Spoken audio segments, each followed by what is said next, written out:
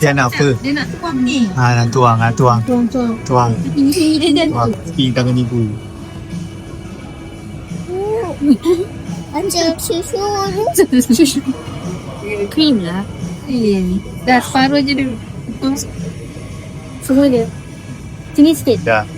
Ya. Dah ke? Try lah situ sikit. Dah. Lagi, tunggu lagi. Cake. Dia dah. Dah. Okay, nak. Dah lah tu.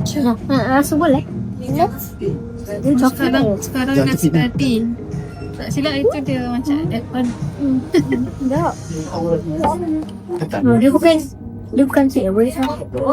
Dia ni. Buat petai lah. Boleh ke? Ya. Boleh tak? Lahira tadi dia beli tudung sekolah kat Shopee. Lepas tu dia ajak makan kat Coffee Bean. Ni putu dah shopping. Ni mana ada shopping? Ni sedap.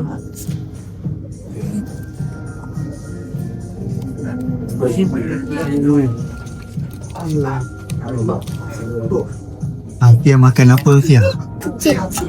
Makan apa? Coklat. Sedap ke? Yes.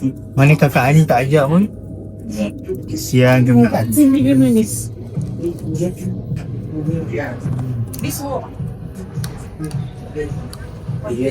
Tahulah apa yang dia nak makan sangat ni. Hang nampak ni. Dah Fia? Dah. Rasa apa? Ni okey sikit masam. Rasa apa awak? Rasa coklat. Ni okey sikit kan aku masam.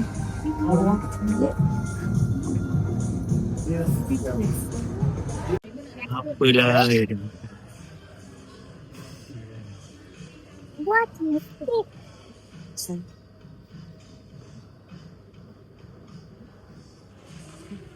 Tengok Ya Allah ya Tuhanku. Apalah yang dia makan. Aduh. Apa yang awak makan je? Yang tak ada penuh. Dia. Kakak makan sandwich. Buat dia telur. Dengar tu. Suap dia Zahira. Ya.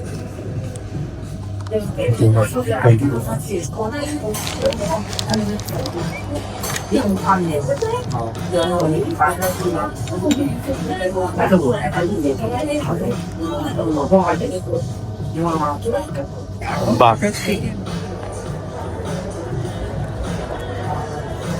Yang semua nanti apa dah. Bagi dah seroti yang tepi tu ni. Yang ni bagi dia. Panas.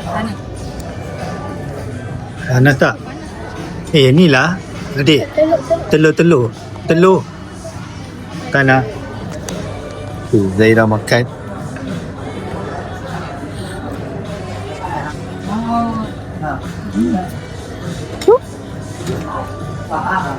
Dia jatuh.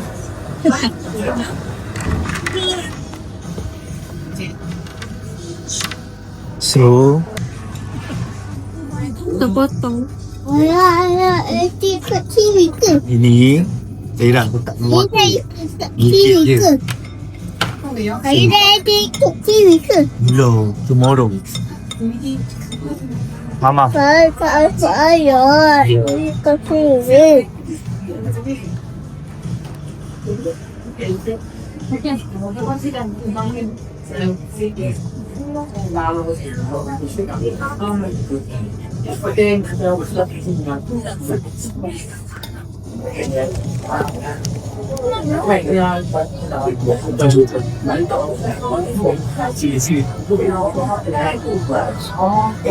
Wait, buku su.